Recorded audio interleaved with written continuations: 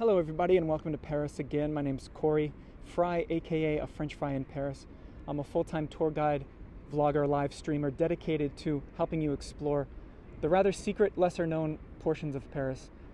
And if you love Paris or are interested in it at all and want to get to know it, want to get more intimate with Paris, this is definitely the series for you. This is episode number 65, and what you're looking at today is called the Parc de Bercy. Bercy is in the 12th arrondissement.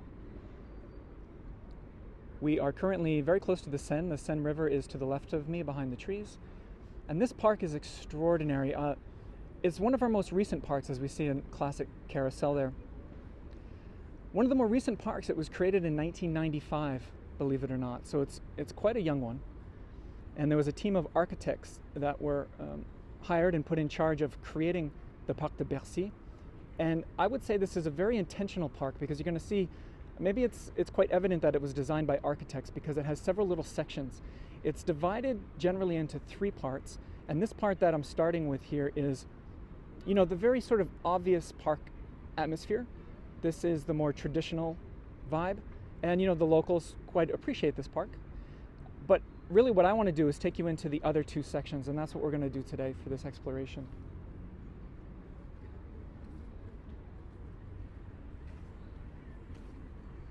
So we're not going to ride the carousel today.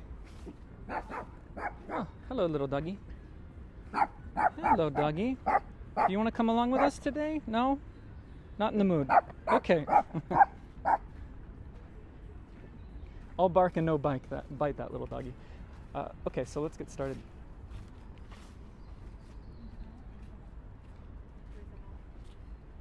I think you're really going to appreciate this. I'm so excited to help some of you discover this. So Parc de Bercy, 1995, and let's jump right into it. This park's lovely for the visuals and the quiet atmosphere, but the history is spectacular too. I usually don't treat you to one of these walks unless there's some good, juicy history about what used to take place here. And it's autumn, of course. You're watching this in October, and we're going to explore all these nooks and crannies that were designed by the team of a handful of architects. Starting with this, what the French call a potager. A potager is essentially a vegetable garden. Beautiful pot there. Heather Liebhardt says, Napoleon complex for the little doggy. Let me take us down in here. So that, again, that first third, there are three sections to the park. That first third is the traditional park that I just showed you, and then we're in the second portion now that's divided into 9 separate themes in a way. So this is the vegetable garden known as the potager.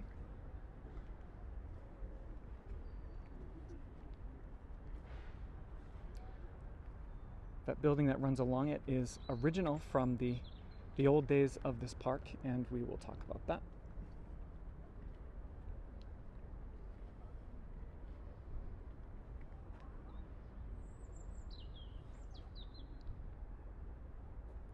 I'm going to take us through a charming little archway here, if you can make that out. Might as well walk through that.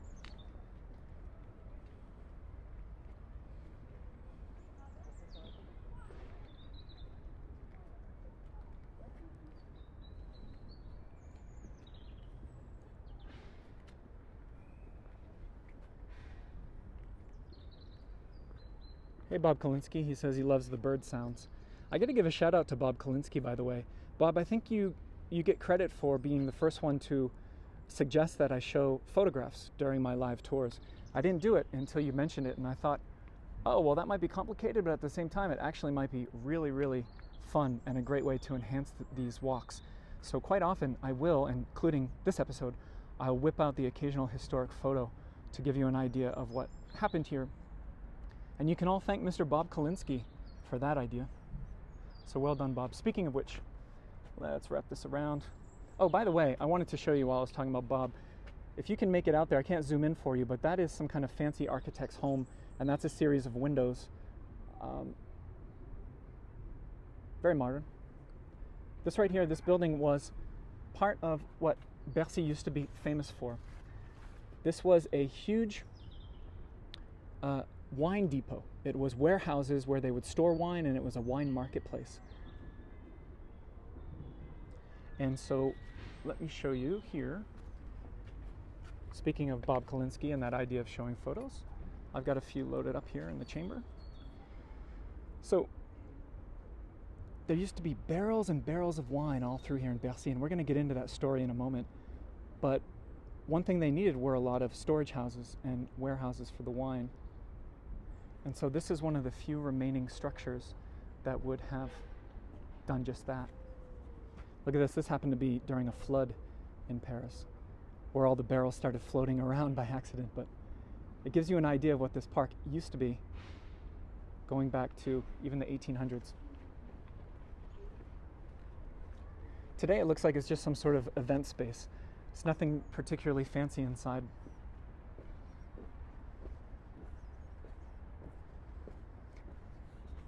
But places like this, look at this beautiful colorized image. This is where the wine capital of the world installed itself. And very few of those buildings, those storehouses, exist, but this is one of them. Right along the edge of the potager. So that is just the first section of several that make this park, the Parc de Bercy, so fantastic.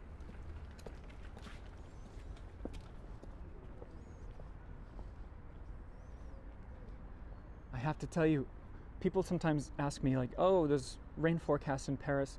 Should I be worried? I mean, are the forecasts correct? Absolutely not. All week long it said it was going to rain on me for this episode.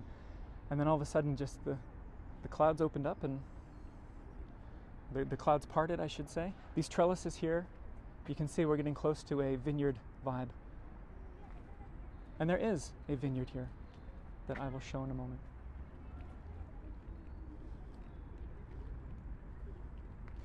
Everyone's saying, great idea, Bob. I'm glad, Bob, that you're getting your proper credit, your due credit. Look at this. This is where it starts to get special. I mean, come on.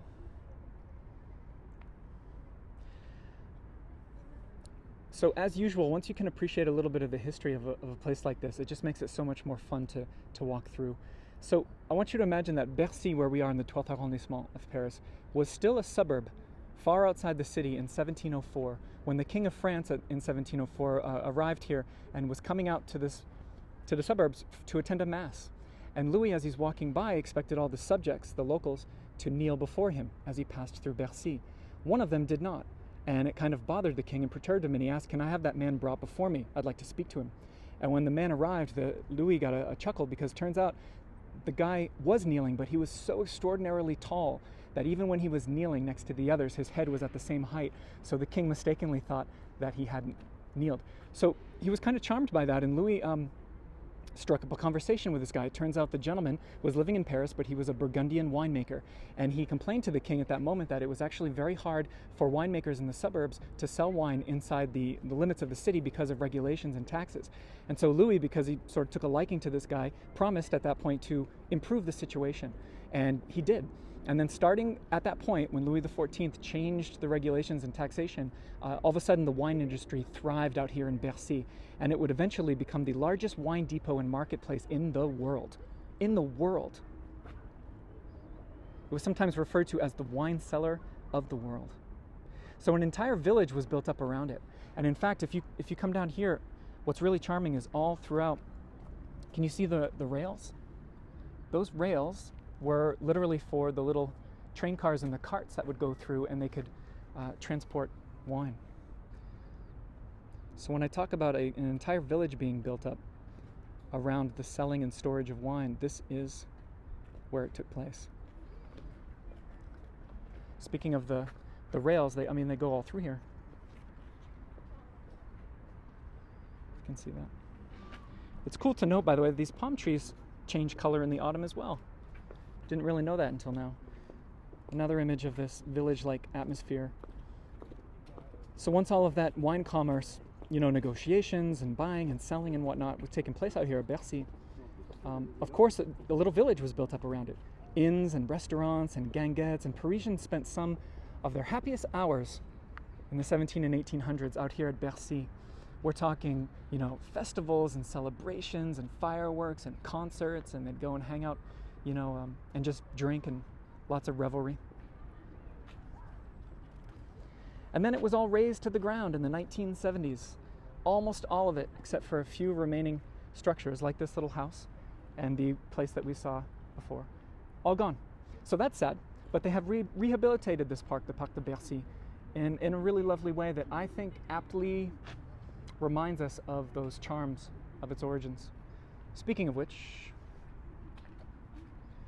I'm going to prop myself up on this. I use those quads. Look at this. Isn't this why we love this city so much? Wow. I mean, is this really Paris? I'll tell you what this brick structure is in a moment.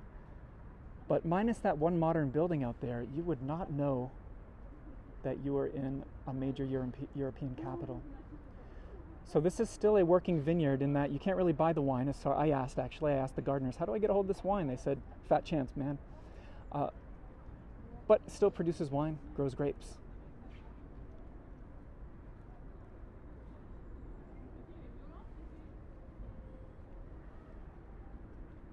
That brick chimney is actually a representation of fire. So there were originally, when they created the park, they put 4 structures related to the 4 elements: fire, wind, water, etc. And so that's what that is there for. And then just for fun, you know, back in the days when this was all like this, just wanted to show some of the folks here. Put a human face to all of this. It's so charming to think of what this must have been like back in the day. Now, eventually in 1860, this the whole thing would actually expand, right? Paris would expand, I should say, and this would become a part of the city. When I say that it was basically the biggest wine depot in the world, that's what we're looking at right here along the Seine. Those are all barrels of wine.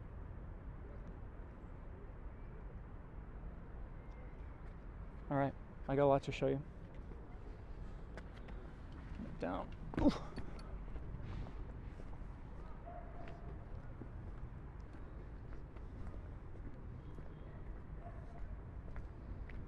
going to walk through the vineyard here.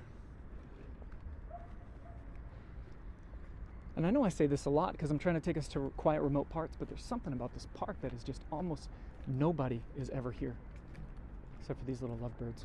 We're going to bother them for just a little bit.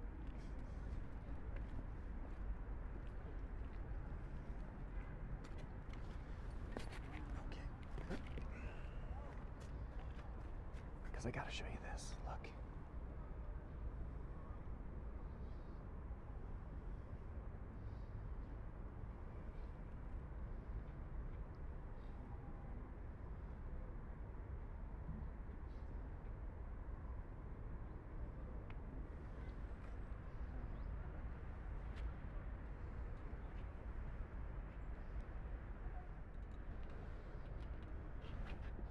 I'm getting caught on all sorts of stuff here. Okay.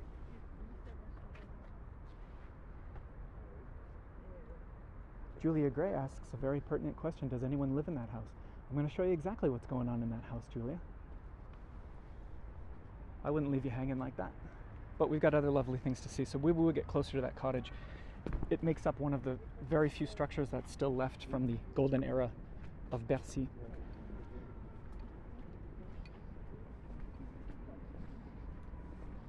Thanks Eleanor Marsh, who says, ooh, nice composition. I do my best. I'm always happy when people appreciate it. Speaking of which, that's what we're headed toward from here too, because it's not just enough. Hold on, let me set you down here. Climbing up on this wall so we can get an elevated view.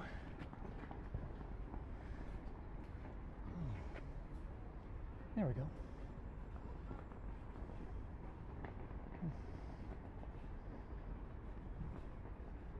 Thanks, Danielle Molden. Danielle's complimenting my photographer's eye. I get to also play cinematographer a little bit via these video episodes, and I really quite love that. Okay, so I've got a lot to show you, so we can't dwell on this forever as much as I'd like to, but let's just revel in all of this greenery.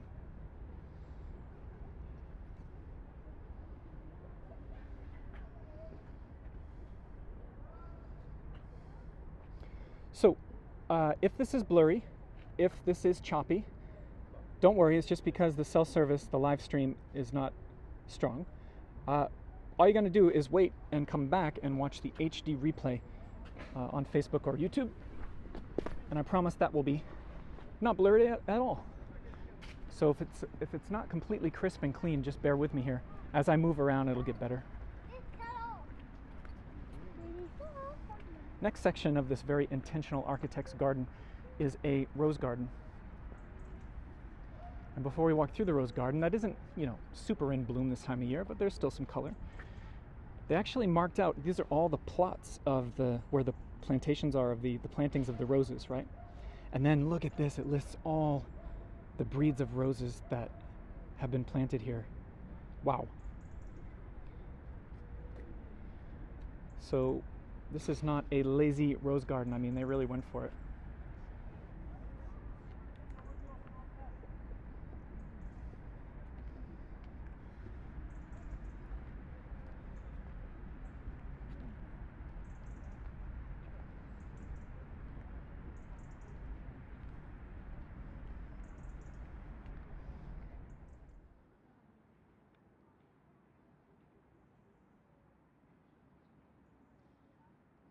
Hey, Missy Lamb, I see you there. Thanks for joining.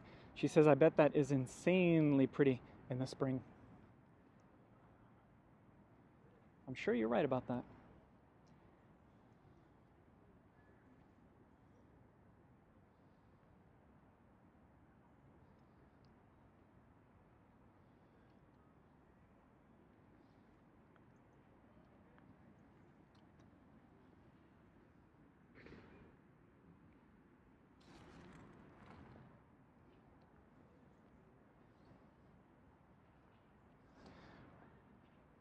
And then to finish with the rose garden, we've got these trellises here, these leafy trellises.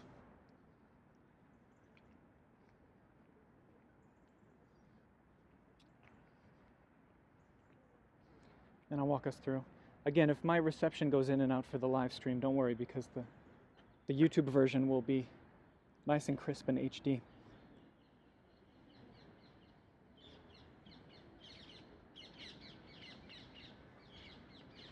So just another fantastic angle here with benches all along the sides. Infinite places to come and meditate. Look at this.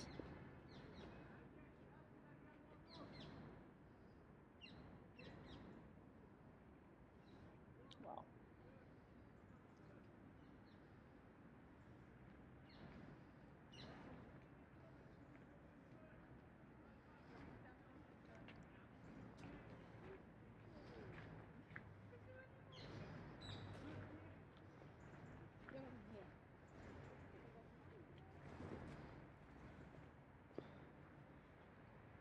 The next charming spot is actually, we're facing the river, some traffic and then the river afterward, but I just got to show you perspective real quick.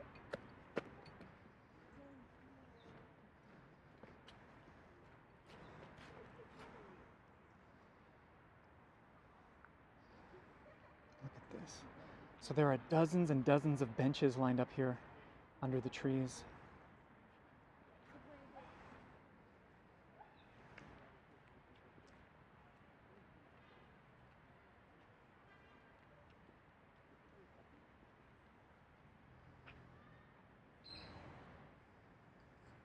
So many little getaways.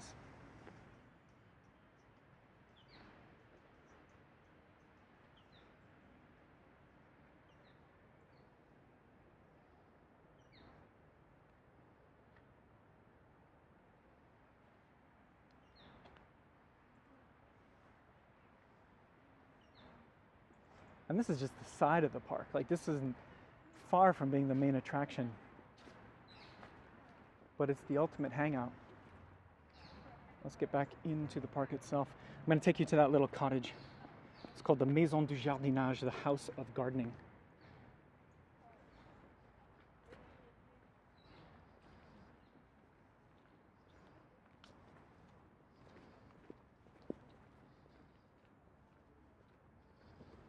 And I think you're gonna love it.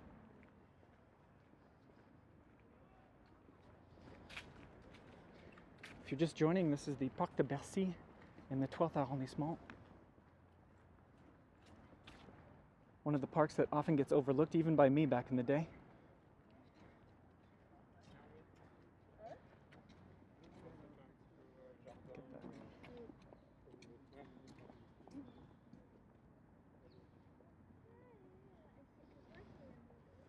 Some more picture postcard perfection.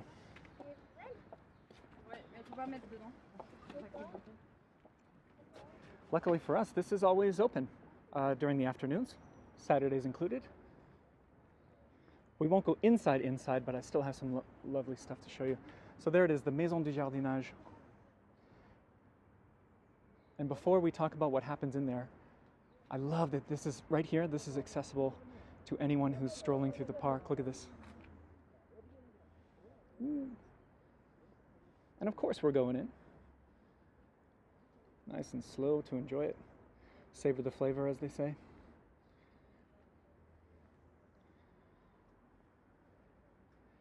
And if you pause here, there are a couple of greenhouses attached to the Maison de Jardinage.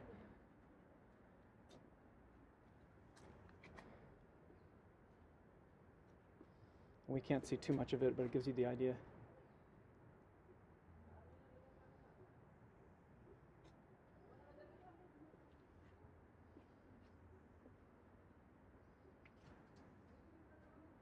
Okay, let's go further in. Usually when you do this kind of stuff, you feel a bit naughty because it's some kind of private residence. And you're like, okay, I'm just going to bump in and bump out. But this is totally open to the public, which I love.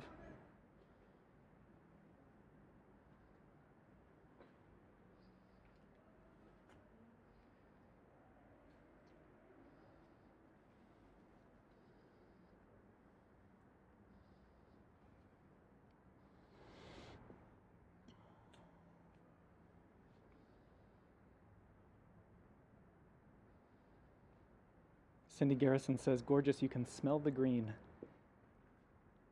I assure you, Cindy, I'm smelling it right now. This is another larger greenhouse, and I don't know how much you'll see through the grimy windows, but I think you get the idea of what's going on in there.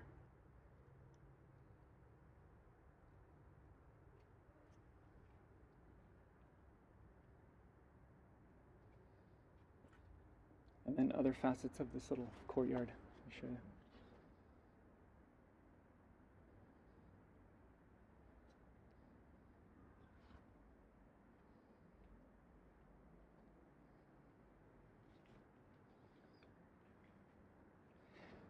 So what happens inside of this Maison de Jardinage? There are exhibits inside, and maybe I'll pop you through the window so you can see the view. Galleries with exhibits that promote the education of gardening, composting, things like that. They have classes and conferences periodically related to urban gardening projects. And while we're here, let me just give you a little idea of what the inside looks like. Oh, if you can make that out at all. So yeah, exhibits and things that help you learn about how Paris is enacting or progressing on its urban gardening projects, and just teach you how to do your own type of stuff.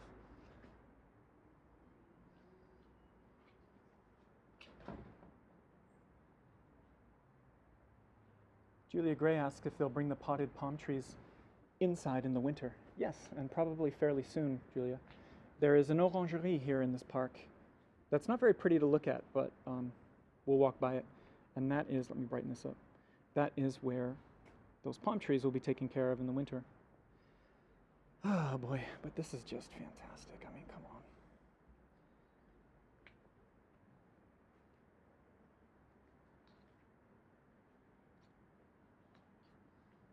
on. Okay, so do we take this lane? Or this lane. Take this one.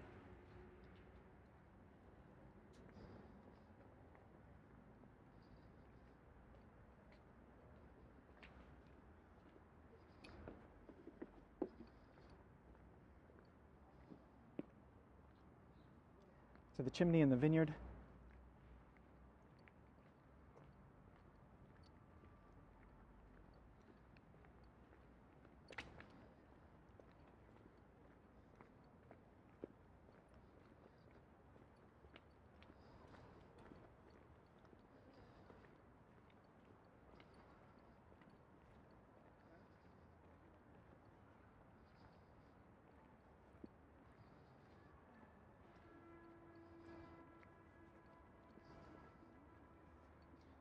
And we're not done yet, not by a long shot, but what I'm going to do is soon finish up the public. We're 30 minutes in, I'm going to finish up the public version of this walk and then switch over to the private extension for my Patreon supporters.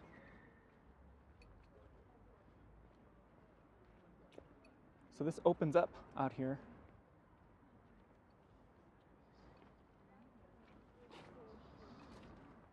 Look at this beauty. Jennifer Warren says, looks like an Instagram dream. I know, right? Look at this. Good old Parc de Bercy. This was absolutely a park that I overlooked for years when I moved here. Thinking like, how interesting can it be? You know, the 12th arrondissement, it's a very sort of local work-a-day type of park. It's probably just some grass and trees. No.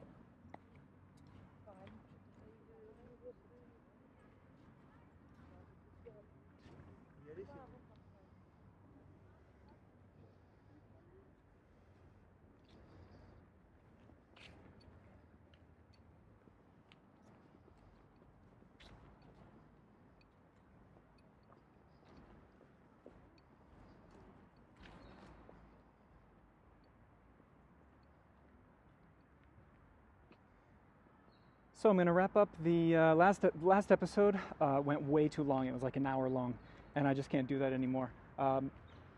So 30 minutes in, we're going to wrap this up, at least the public version. If you want to continue with my Patreon members for the private extension, because trust me, there is a lot still going on beyond, and we've only done, you know, maybe half of this park. And so I want to encourage you to become a Patreon member if you want to support me, and then I'll give rewards in return, like extensions of these walks, where you can get the full story. And I'll explain that, by the way, to my Patreon members, what's going on with this, because cool story behind that. And there are some ruins from long ago of buildings that used to exist here and elsewhere. There's a lake house. Yeah, there's a lake that I'm going to show folks as well. And maybe we'll finish this public version of the walk with the Maison de Jolly and its greenhouse. So thanks everybody. My name's Corey, French Frye in Paris. If you come to Paris, you can take a tour with me. You can find links in the description of this video for that. You can follow my Instagram. I put a lot of my photography up there. And everything that you need to learn more about me or follow along. You can catch the HD version of this walk on YouTube soon, maybe within a day or two. And so keep an eye out for that. I'll be sure to advertise it. If you can't bring yourself to Paris, I'm going to bring Paris to you. And for my Patreon members, give me a few minutes. We're going to switch over to the private version and continue this walk. Go over to our Café Chat's Facebook group. So there it is, folks, coming to you from the Parc de Bercy in the 12th arrondissement. I hope you enjoyed this episode. And next week, I hope to take you somewhere new. And for my live viewers, in real time, almost like a virtual walk through the city. That is the whole idea of this thing. So I won't drag out this goodbye any longer. Have a nice day, and I hope to see you on the next one. Take care. Bye.